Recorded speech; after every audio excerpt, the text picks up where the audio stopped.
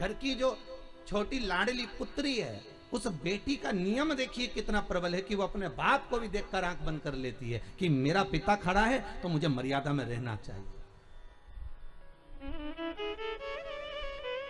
मेरा बाबुल खड़ा है, मेरा पिता खड़ा है, तो बेटी मर्यादा में आ जाती है, बेटी मौन हो जाती है, बेटी नेत्र बंद कर लेती है। बेटी अगर पिता बैठे हैं तो वहां से साइड में से निकल कर चली जाएगी। बेटी बाप के सम्मुख में नैन नहीं मिलाएगी, बाप के सामने खड़े होकर जीवान नहीं चलाएगी, बेटी बाप के सामने खड़े होकर अपशब्द नहीं कहेगी। जैसे एक पिता ने अपने बेटे से कहा, बेटा, वो बेटा बुलेट चालू कर रहा था, मोटरसाइकिल चालू कर रहा था, स्कूटर चालू करके जा रहा था, तो पिताजी ने आवाज लगे, ये बेटा इधर आ। क्या है पिताजी? मोटरसाइकिल चालू करी, चालू छोड़कर पिताजी के पास गए, हाँ बोलो, अंदर से एक गिलास पानी ला दे। बेटे को गुस्सा आ गया, बेटे की तो शादी भी नहीं हुई थी, और क्रोध आ गया उसको बहुत थे, और क्रोध आकर अंदर गया, माँ, ओ माँ। माँ बोली, हाँ बेटा। पिताजी में तो बिल्कुल रत्ती भर की अकल नहीं है, मैं गाड़ी चालू करके जा रहा हूं और मुझे बुलाकर कह रहे हैं कि पानी ला दे अंदर से। मम्मी, पापा को पानी दे देना। और बेटा गाड़ी चालू कर कर गया, भट भट करके वो निकल गया। माँ पानी लेकर अपने पति के पास आई, लो ये पानी पी लो। क्यों, तुम्हारा बेटा, तुम्हारा राजकुमार, तुम्हारा लाडला इतनी जल्दी में कहां जा रहा है? तो माँ कहती है, रेलवे स्टेशन पर प्याऊ लगाइए, पानी पिलाने जा रहा है। बाप माथा ठोक कर बोला, गजब की औलाद है, बाप प्यासा बैठा है और रेलवे स्टेशन पर पानी पिला रहा है। ये औलाद है। और इतनी देर होती है, एक बेटी अगर कह देती, पिताजी कह देते बेटा मुझे पानी पीना है, तो बेटी 50 काम छोड़कर पहले अंदर जाती है और पानी ला कर देती है। ये यम और यमुना की कथा है, कोई साधारण कथा नहीं है महाराज।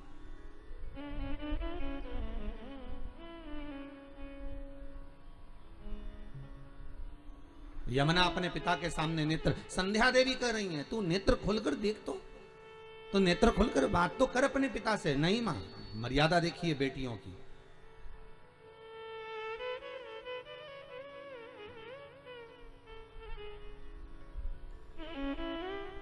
बेटा तो केवी देता है,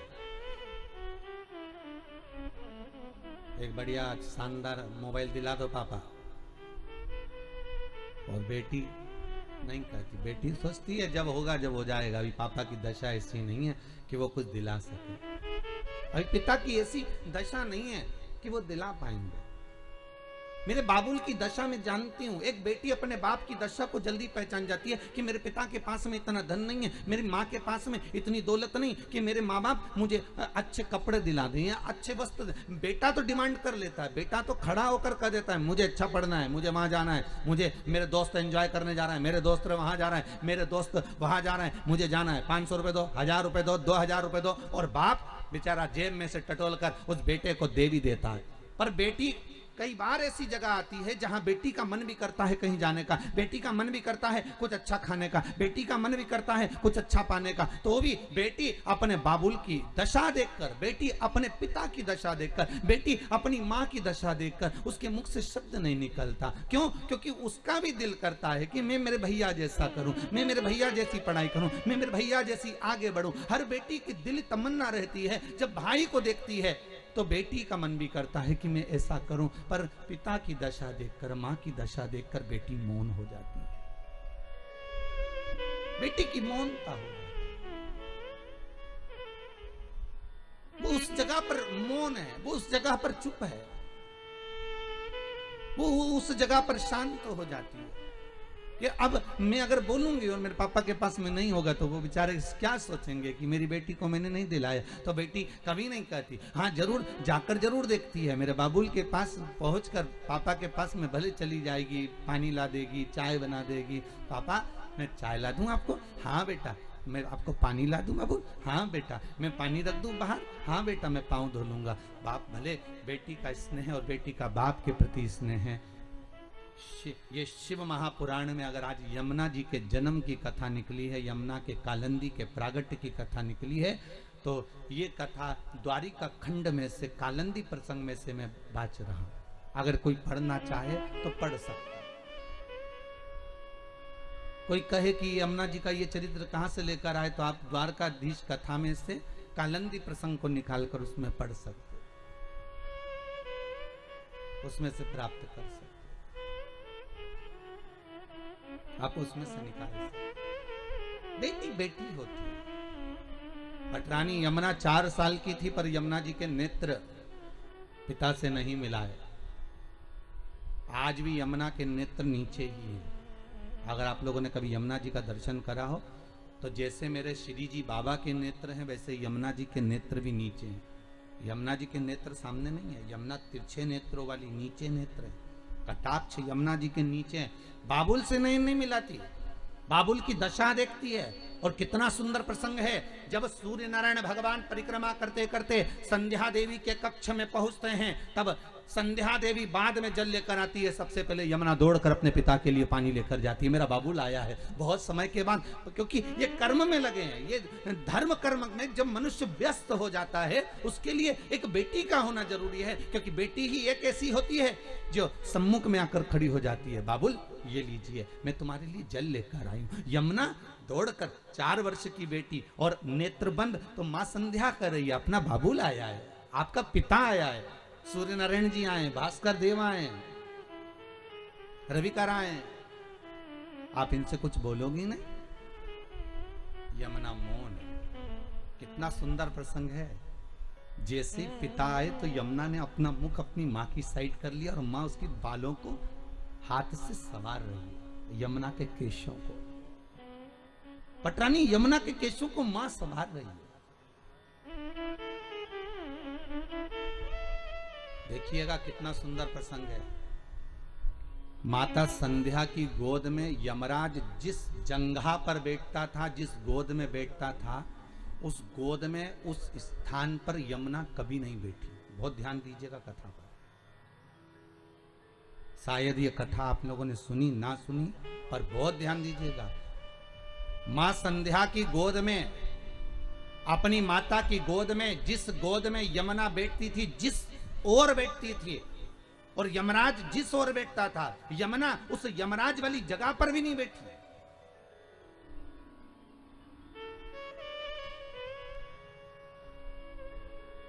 ये बेटी का जीवन है। मम्मी क्या बनाया तुमने? भजिया बनाया। भुजिया बनाया? अच्छा। मम्मी क्या बनाया तुमने? मैंने थोड़ा सा मालपुआ बनाया। मालपुआ? तो मम्मी भाई के लिए ले जाऊं, भाई को दे दूं? रसोई घर में से दौड़ दौड़ कर बेटी सबको परोसती है, सबको लाकर देती है, सबको खिला देती है। आखिरी में वो घोल मालपुए का कम पड़ जाता है, तो माँ कहती है ले तू भी बैठ जा, मम्मी अब बना लो, अपन दोनों साथ खाएंगे। और जब मालपुआ मात्र 2 बनते हैं, तो माँ कहती है तुझे भी खा लेना था, सबने 3-3 4-4 खाया, तेरे पास में एक ही आया। बेटी कहती है माँ भाई ने खा लिया ना, पिता ने खा लिया ना, अपन दोनों को एक आया, कोई बात नहीं, अगली बार फिर मालपुआ बना लेंगे, फिर खा लेंगे। बेटी का हृदय, बेटी का दिल है, बेटी का दिल। जिनके घर में बेटी नहीं होती वो बड़े खुश होते हैं कि मेरे घर में बेटा ही बेटा है, बेटी नहीं है। हम बड़े भाग्यशाली हैं, हमारे घर में बेटा है, बेटी नहीं है। हम कहते तुम्हारे बराबर दुनिया में कोई कंगाल नहीं होगा, तुम्हारे बराबर दुनिया में कोई भिखारी नहीं होगा अगर तुम्हारे घर में बेटी नहीं है। तो कल एक भैया जी हमारे सामने खड़े होकर कह रहे थे गुरुजी ऐसा वर दे दो, मेरी बेटी की शादी है, बस अच्छे से हो जाए, आशीर्वाद। हम करें, आशीर्वाद की जरूरत ही नहीं है।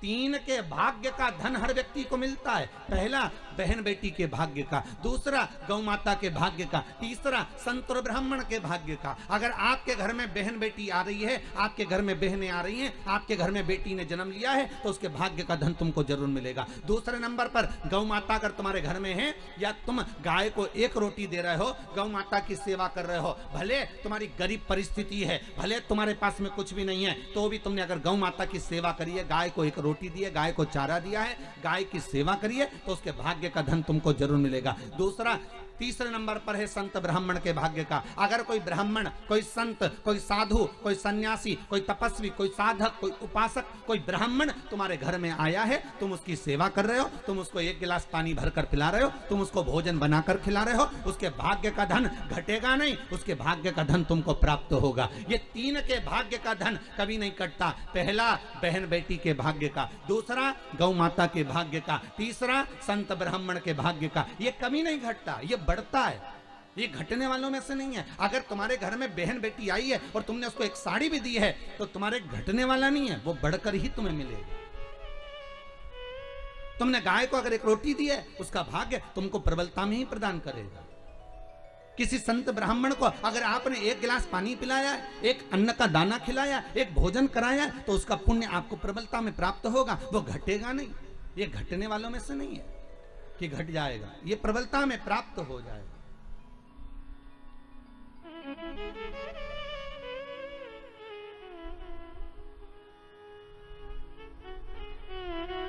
कई लोग कहते हैं भगवान ने कृपा करी, हमारे घर में तो बेटा हो गया, बेटी नहीं है। भगवान की कृपा थी कि बेटी नहीं है। हम कहते हैं किस्मत वाले नहीं हो, भाग्य बेकार है आपका अगर तुम्हारे घर में बेटी नहीं है तो।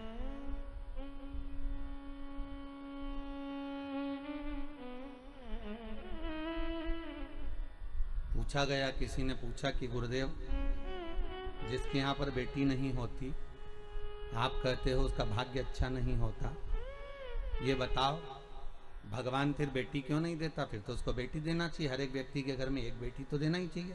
अगर 2 लड़के दिए हैं, 3 लड़के दिए हैं, तो एक कन्या तो देना चाहिए। हमने कहा गरुड़ पुराण में लिखा है कि बेटी भगवान जान करके नहीं देता है, क्योंकि 94 तरह के नरक में से एक नरक ऐसा है जो कन्या दान करने वाले ही छूट पाते हैं। जिसने कन्यादान नहीं करा होता उस व्यक्ति को उस नरक में पटका जाता है, और सबसे लंबा समय उसी नरक में पटका जाता है जो कन्यादान का होता है। तो भगवान भी सोच कर देता है कि इसको अगर नरक भेजना है थोड़ा बहुत, तो मतलब भले इसने पुण्य करा, भले सारे सत्कर्म करे, पर कन्यादान नहीं करा, तो भगवान कहता है इसके एक रास्ता नरक का खुला हुआ है, इसको नरक थोड़ा सा तो भोगना ही पड़ेगा, क्योंकि कन्यादान नहीं करा।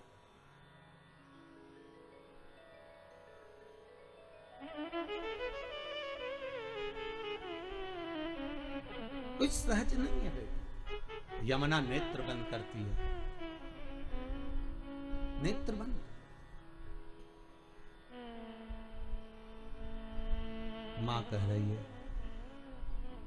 यमराज सूर्य नारायण की गोद में जाकर बैठे हैं, तुम नहीं बैठोगी जाके? यमुना कहती है, मां भैया बैठा है ना, मुझे जाने की जरूरत नहीं है, मैं नहीं जाऊंगा। मां संध्या देवी कह रही है, तुम्हारे पिता सूर्य नारायण से तुम्हारा भाई बहुत कुछ मांग रहा है, क्या तुम कुछ नहीं मांगोगी? यमुना कुछ तो मांग लो। यमुना कहती है,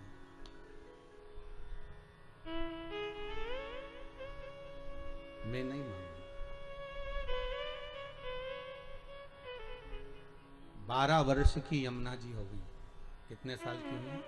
12 वर्ष की। इस कथा को आपने सुना ना सुना, पर आज यमुना छठ है, यमुना जी का प्रागट्य दिवस है। श्रीमद् वल्लभाचार्य जी ने यमुना जी के महत्व को बहुत दर्शाया। नमामि यमुना महम सकल सिद्धि हेतु मुदा मुरारी पद पंकज स्फुरंत मन उत्कंठमा तटस्थ नवकानना प्रकट मोद पुष्पाम्बुना सुरसुरस पूजिते स्मृतम श्री विवृति। यमुना के एक एक महत्व का व्याख्यान वर्णन श्रीमद् वल्लभाचार्य जी ने करा।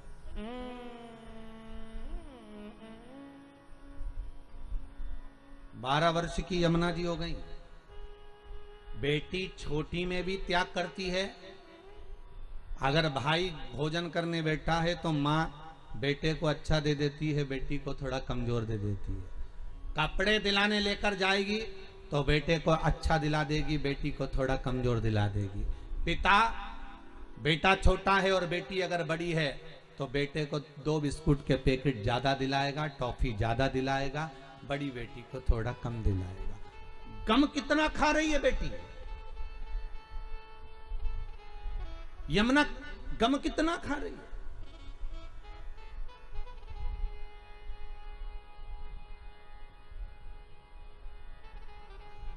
दिला दिया। बड़ी हो गई, 12 वर्ष की हो गई। मां संध्या के घर में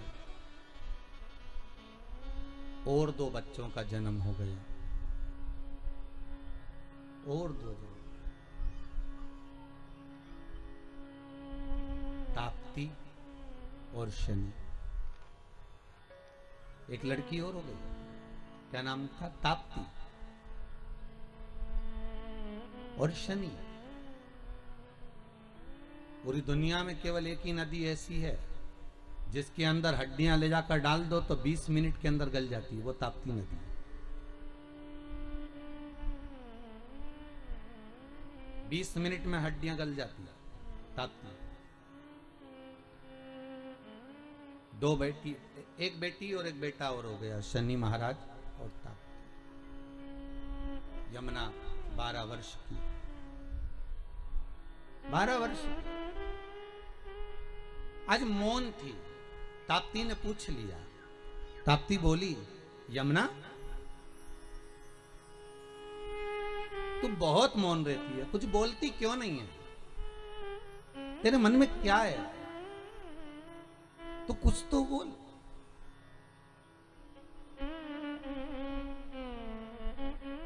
यमुना कहती है, ताप्ती मैं तुझे कहूंगी पर तू किसी को बोलेगी तो नहीं?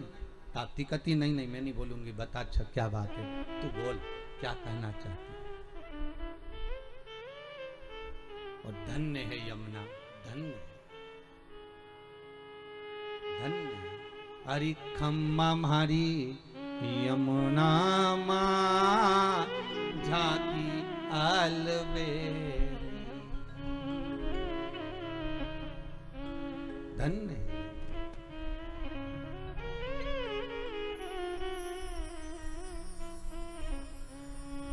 पाँव पे जनिया चुड़ला जिसो है,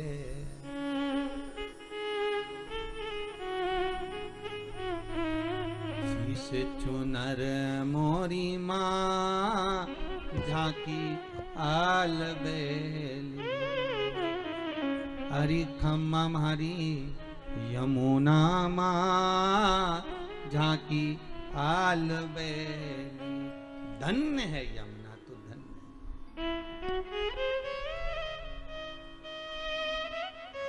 मैं जो कहूंगी तू पिता से तो नहीं कहेगी? ताप्ती कहती तू पिता से डरती है? नहीं, बेटी बाप से डरती नहीं है, बेटी बाप का कायदा करती है, बेटी बाप का सम्मान करती है। फिर कहूंगा एक बार, बेटा एक बार अपने माँ बाप को दुखी देख सकता है पर बेटी कभी अपने माँ बाप को दुखी नहीं देखेगी। बहुत ध्यान रखना, मारा कभी नहीं देख सकते। तो डरती है पिता से? नहीं। फिर क्यों कह रही है कि तू किसी पिता को मत बताना? मैं तो बस इतना कहना चाहती हूं कि तू बोलना मत ही पिताजी से कि मैं चुप क्यों रहती हूं, मैं मौन क्यों रहती हूं। क्या चाहती है बोल। यमुना जी कहती हैं, मैंने पिता के मुख से सुना है द्वापर में भगवान विष्णु का एक अवतार पृथ्वी पर होगा और भगवान कृष्ण रूप में देवकी के गर्भ से प्रकट होकर यशोदा की गोद में जाकर खेलेंगे और उनका श्याम वर्ण रहेगा, बड़े श्याम वर्ण के वो रहेंगे, सांवरे वो रहेंगे। तो फिर दिक्कत क्या तेरे को? तू क्या चाहती है? यमुना जी कहती हैं, बस मन में वही श्याम की मूर्ति समा गई है, अब उस सांवरे को मुझे अपना बनाना है। पर दिक्कत एक हो गई है, क्या कि सांवरे श्याम है और मैं बड़ी सुंदर गौरी।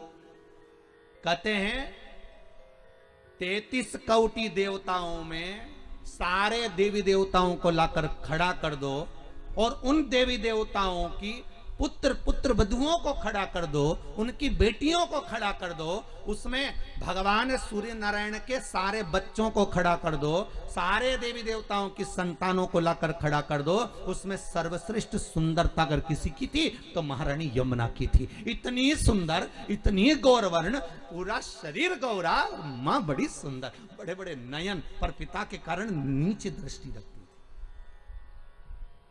इतनी सुंदर मां यमुना थी, इतनी सुंदर, अलौकिक। कहते हैं मां यमुना के चेहरे पर जब केश आ जाते थे तो कहें स्वयं ताप्ती नदी आकर, स्वयं ताप्ती मां आकर कहती थी, जीजी ये केश थोड़ा सा सवार ले तो घनी सुंदर लगती है।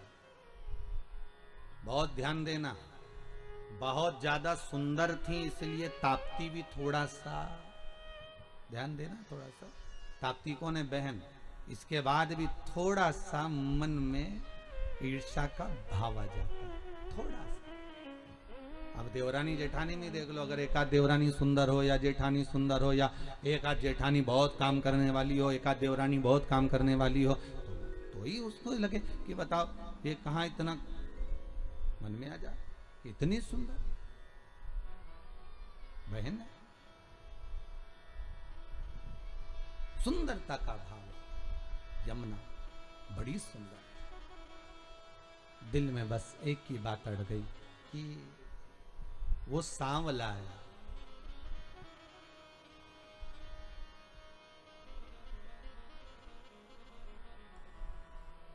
एक हमारी माँ, हमारी अम्मा, हमारी माता जी शादी में एक गीत गाती थी बन्ना बन्नी में, वो हमको याद आता है कभी कभी यमुना जी के प्रसंग में। मैया मन में यही पछतावना, बन्ना बन्नी में हमारी माँ गाया करती, तो हमको थोड़ा सा याद कि मैया मन में बड़ा पछतावना, मैं गोरी रहीरी बरसावरा, बन्नी काहे करे पछतावना, तेरी मैया गोरी री पिता सांवरा। हमारी माँ गाया करती है। तो शायद यमुना जी का प्रसंग वही वर्णन कर रहा है कि मैं इतनी गोरी, मैं इतनी इतनी इतनी सुंदरवान, और मैं जिसको स्नेह करती हूँ, जिसको मैं अपना द्वापर में जाकर बनाना चाहती हूँ, वो सांवरा है। मेरे पिता कह रहे हैं कि वो श्याम वर्ण का है, वो सांवरा है।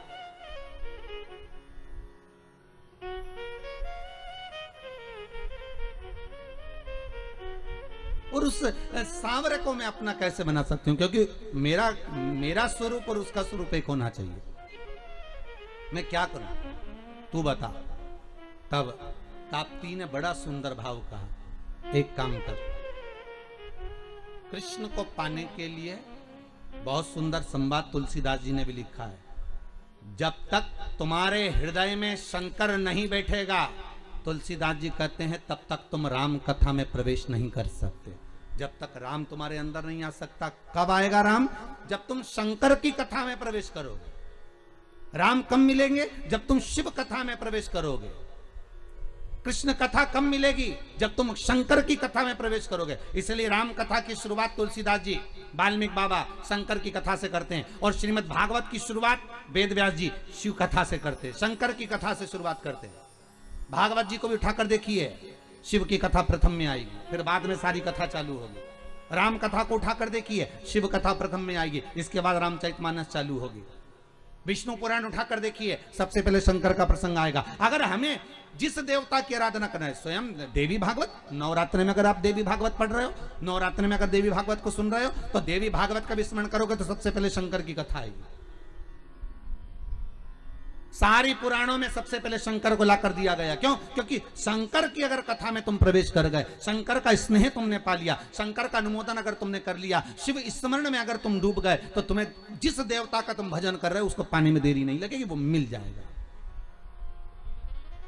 पर दुनिया इतनी विचित्र है कि सारे देवता को रिझाना पसंद करती है, शंकर के पास बाद में जाती है। और बाद में कब जाएगी? जब कोई बीमार पड़ गया, किसी का एक्सीडेंट हो गया, कोई बहुत ज्यादा बेकार हालत में पड़ गया, तब पंडित जी को फोन लगा के बोलेंगे महामृत्युंजय का पाठ कर दो। पंडित जी मन में सोचे ये तो कभी शंकर जी के नहीं रिझाती थी, ये कभी तो शंकर का नाम नहीं लेती थी, ये शंकर का कभी भजन नहीं करती थी, सारे मंदिर गई पर शिव जी के मंदिर कभी नहीं गई, कभी एक लोटा पानी नहीं चढ़ाया, कभी शंकर का अनुमोदन नहीं करा, और उल्टा कहती थी कि हम शंकर का प्रसाद नहीं लेते, और उल्टा कहती हम शंकर के मंदिर नहीं जाते। बताओ, अब एक तरफ तो ये कहे कि शंकर के मंदिर नहीं जाऊं, प्रसाद नहीं लो, और आज जब दुख की घड़ी आई तब शिव याद आ गया, तब शंकर याद आया, तो भी शंकर के मन में अभिमतता नहीं। शंकर कहते हैं भले बाद में आया तो मेरे करीब में। और भागवत कहती है पहले शंकर का अनुमोदन करिए, राम कथा कहती है पहले शंकर का अनुमोदन करो, शिव महापुराण की कथा कहती है शंकर का अनुमोदन करो। तो ताप्ती ने भी सूर्य नारायण भगवान से पूछ लिया, पिताजी आप जब सारी दुनिया में प्रकाश फैलाते हो, आपका शरीर जब इतना तपता होगा तो शीतलता कौन देता होगा? तब शंकर भगवान ने तुरंत कहा, जब कोई भक्त एक लोटा पानी लेकर शंकर पर चढ़ाता है और वो शंकर का चढ़ा हुआ जल गोल जलाधारी से निकल कर चरण से सबसे पहले नीचे की ओर जब आता है, मात्र एक बीते की दूरी पर वो पानी जब बहता हुआ आता है, सूर्य नारायण कहते हैं वो जल मुझे मिलता है और मेरे शरीर की तपन समाप्त हो जाती है। जरा देखिए, लिंग पुराण में उठाकर देखिए, स्कंद पुराण को उठाकर देखिए, और दोनों पुराणों का वर्णन स्पष्ट कर रहा है कि भगवान सूर्य नारायण, इसलिए शायद यही शास्त्र वर्णन करता है, इसीलिए शायद शिव महापुराण में स्पष्ट किया गया कि शंकर की पंचायत में सूर्य भी विराजमान है।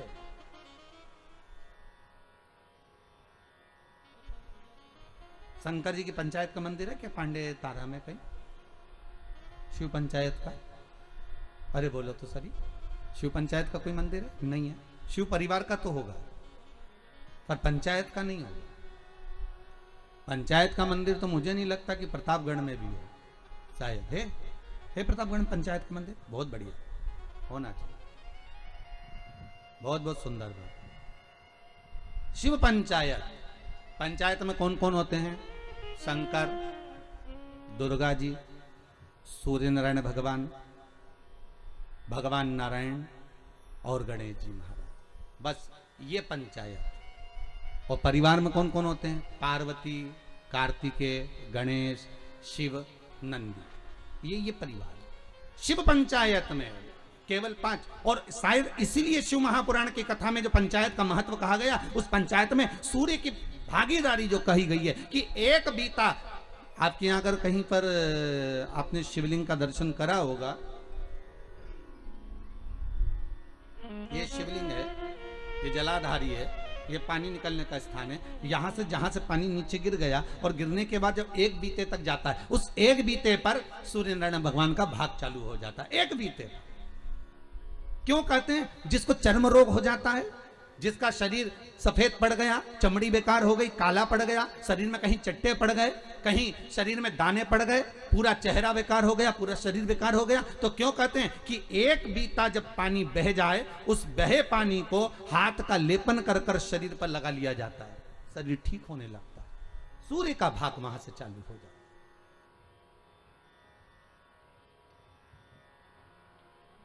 शिव पंचायत का बड़ा महत्व है महाराज जी।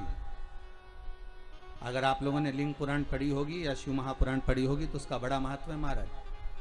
कहते हैं अदालत में अगर कोई केस चल रहा है, चाहे वो नौकरी से जुड़ा हुआ हो, चाहे सर्विस से जुड़ा हुआ हो, चाहे प्रॉपर्टी से जुड़ा हुआ हो, अदालत में अगर कोई केस चल रहा है और बहुत समय से चल रहा है और उसकी कोई सफलता नहीं मिल रही, कोई सफलता नहीं मिल रही, तो शिव पंचायत के मंदिर में जाकर महाराज 5 पुष्प, एक एक पुष्प एक एक देवता देवी को समर्पित कर दो और उनके चरण में मक्खन का लेपन कर दो। काय का लेपन करना है?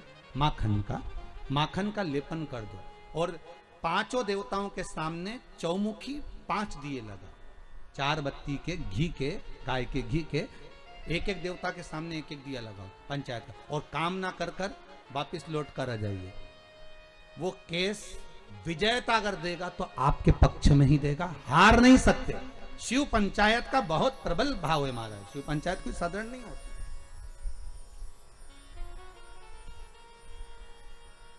कोई लड़का लड़की का विवाह हुआ हो, तलाक हो गया हो, दूसरी बार शादी नहीं हो रही हो, बहुत परेशान हो गए और विवाह नहीं जम रहा हो, तो शिव पंचायत के मंदिर में बैठकर पांचों देवताओं पर जल और उस जल में चंदन मिलाकर चढ़ाया जाता है महाराज। केवल 3 प्रदोष चढ़ा देते हैं, चौथी प्रदोष तक तो बाबा कृपा ही कर देता है महाराज। शिव पंचायत का इतना महत्व है। शिव पंचायत कोई साधारण नहीं होती महाराज। शिव पंचायत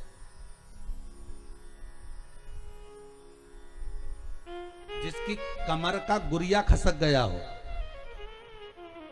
या घुटने की हड्डी खसक गई हो, या हाथ पैर कहीं की भी कोई हड्डी खसक गई है महाराज, और डॉक्टर अपना काम कर रहे हैं, गुरिया नहीं जम रहा, और आपको केवल दवाई से ही अच्छे होना है, तो मूंग, हरी जो मूंग होती है, वो शिव पंचायत के मंदिर में कम से कम 5 या 7 दिन तक चढ़ाएं। उसी मूंग को वापस उठा कर लाएं और उसको सुबह सुबह पानी में गलाकर खाना चालू कर दे। बाबा चाहेगा तो 15 दिन नहीं लगते, गुरिया अपनी जगह पर बैठ जाता। शिव पंचायत,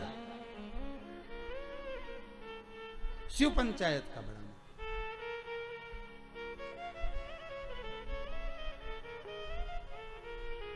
सहज नहीं है शिव पंचायत। तो भगवान शंकर की कथा कर रही है। अगर कहा मान लो मैंने कह दिया, ताप्ती कहती है मैं पिताजी से पूछूं, तो पिता से कहा पिताजी आपके शरीर पर इतनी ताप पड़ती है, ए बाबुल ए पिता। ताप्ती छोटी थी तो कह देती थी पिता से तुरंत जाकर। छोटी बेटी में और बड़ी बेटी में अंतर होता है। बड़ी बेटी मर्यादा में रहती है, बोलती कम है, और छोटी तो तड़ तड़ बोल बुला के बोझ जाए।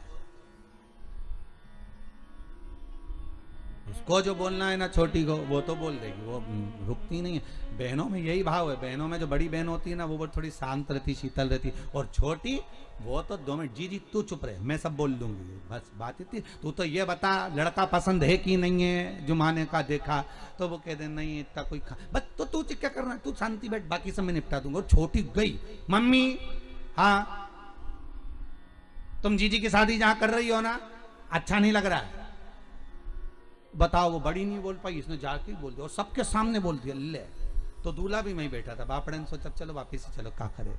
जब यही बोल रही थी क्या, छोटी छोटी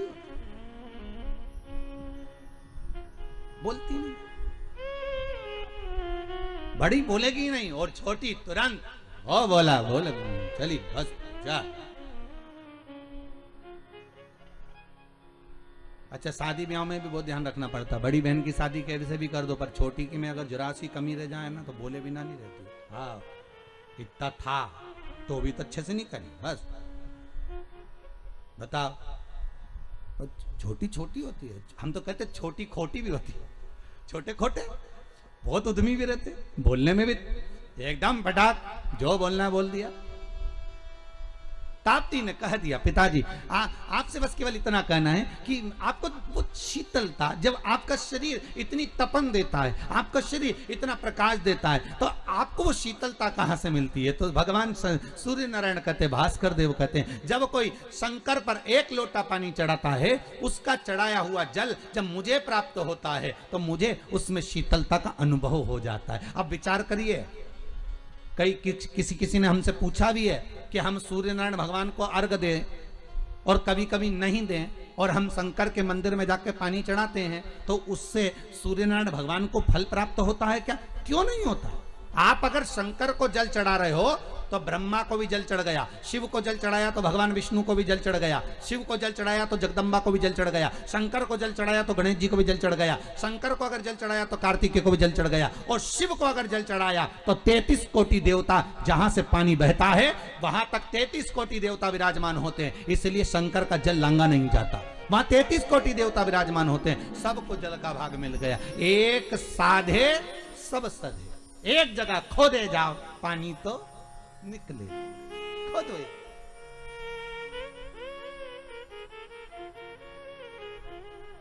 मिल गया।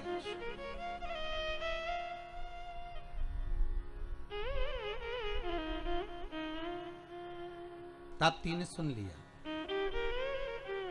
जी पिताजी को शंकर जी से भाग प्राप्त होता, इसलिए तपन नहीं होती। मैं तुझे एक बात कहूं, तू ठाकुर जी को बाद में भजना, कन्हैया को बाद में प्राप्त करना, सांवरिया की तू बाद में हो जाना।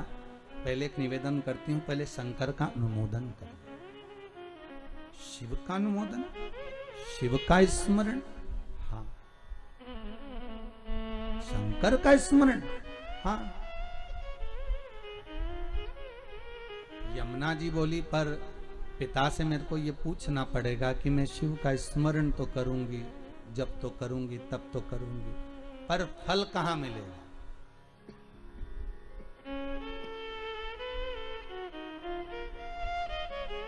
फल कहां मिलेगा? बहुत ध्यान दीजिएगा महाराज। शिव महापुराण की कथा कहती है, देवलोक में कितना भी अच्छा काम कर लेना उसका कोई फल नहीं मिलता। फिर से बोलो एक बार, किस लोक में? देवलोक में। देवलोक में जाकर तुम भगवान का भजन करोगे, उसका कोई फल नहीं मिलेगा। बहुत ध्यान दीजिएगा। देवलोक में जाकर तुम कथा सुनोगे, उसका कोई फल नहीं मिलेगा। देवलोक में जाकर तुम दान दोगे, उसका कोई फल नहीं मिलेगा। देवलोक में जाकर तुम एकादशी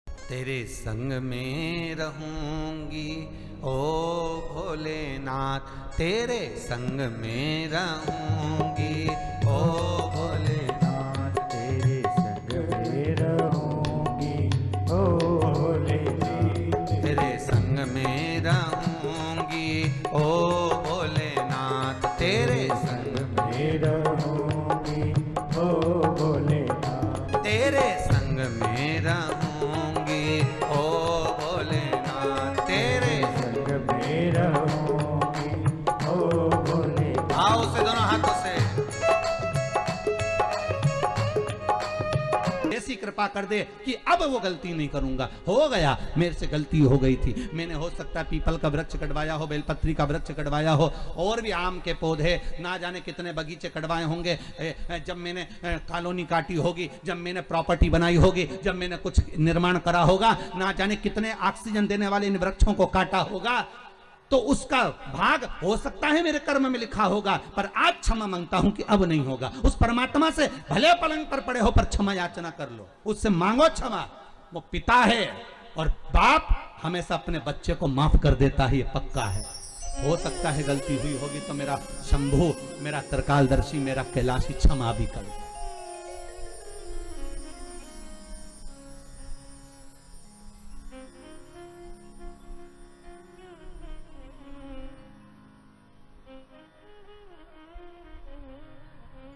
देने के लिए आतुरता, हो सकता है हमारा पुण्य, हमारा करा गया सत्कर्म, हमारा करा गया पुण्य हमारे सामने आता है, और हमारे द्वारा किया गया पाप कर्म भी हमारे सामने आता है। पाप कर्म भी हमारे सामने आता है।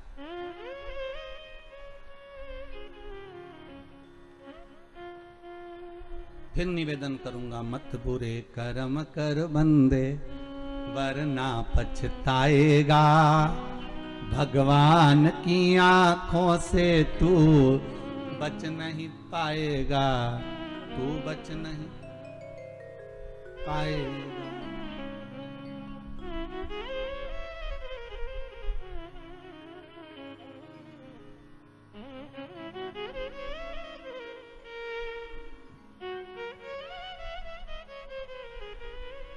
आज एक हमारे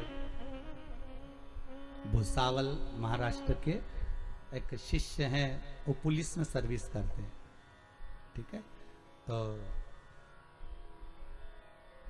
रणवीर जी करके उनका नाम है। उन्होंने एक प्रश्न किया है व्हाट्सएप पर। प्रश्न बहुत सारे होते हैं, तो उन्होंने श्योर प्रश्न भेजा होगा, वहां से हमारे पास आया कि गुरुदेव, जब इतनी बड़ी महामारी चल रही है, इतना बड़ा क्रम चल रहा है, उसके बाद में भी सब अपने अपने घर में बैठे रहते हैं, पर पुलिस वालों को, बेचारों को बाहर लगाया जाता है।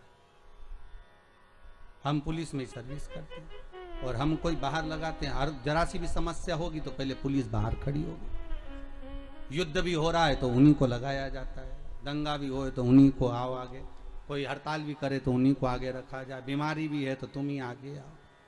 तो ऐसा हमारे साथ क्यों होता है? तो हमने उनको लिखकर भेजा है कि जब अमृत निकला था तो वो कलश जो था ना, उसका भाग अमृत तो सबने पी लिया था, पर जो खाली जो लोटा था ना, वो तुम्हारे खाते में आ गया था। और तुम्हारे खाते में जब वो खाली लोटा आया, पर दुनिया के लोगों ने देख लिया कि लोटा इन्हीं की है मिला है, तो अमृत इन्हीं ने पिया, तो सबको लगता है कि इनने अमृत पी रखा है, इसलिए इनको आगे खड़ा कर दो।